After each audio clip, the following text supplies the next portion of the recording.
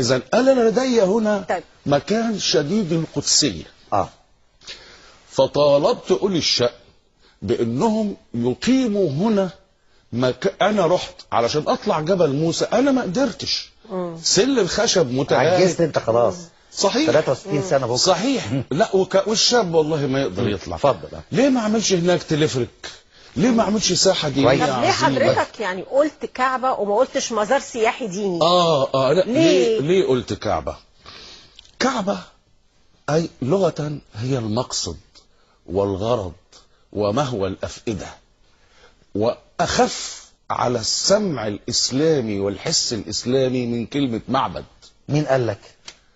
مين قال لك؟ ما أنت عارف يا دكتور. أنا بتصور أنت عارف يعني لما أقول هذا الكلام لا، وخاصة إني فرغت. أنا قالت مزار يا فندم. مزار سياحي ديني. ليكن كنيسة مسجد، لكن أن تخدم بشكل جيد. هذا مطلب ليس فيه شر سياحي. ليس فيه شر واحد. أنا مطلبي كله خير في خير.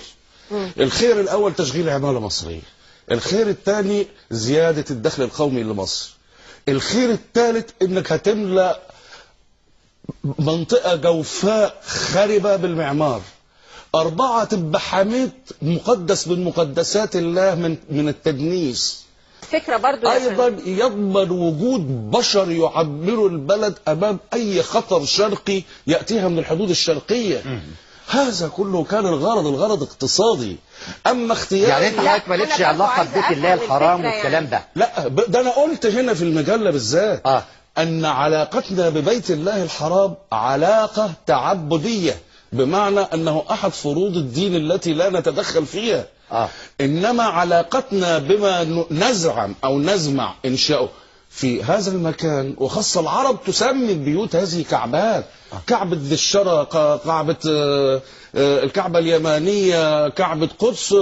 فالعربي هذا حسه للبيت يعني ده مكان، احنا مش قاصدين بيت إلهي. كويس. مش مكان للتعبد، يعني مكان للتعبد ولا مش مكان للتعبد؟ أولا التعبد يجوز في أي مكان ما دام غير دانس لأيدي.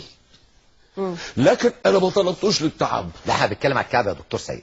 يعني تعرف الكعبة في نص قرآني؟ لا، وإذ بوأنا لإبراهيم. لا. نعم. مكان الليل. طب حديث يعني ربنا اللي اختار الكعبة دي خلاص. أيوة. المشكلة كلها يا دكتور سيد ايه؟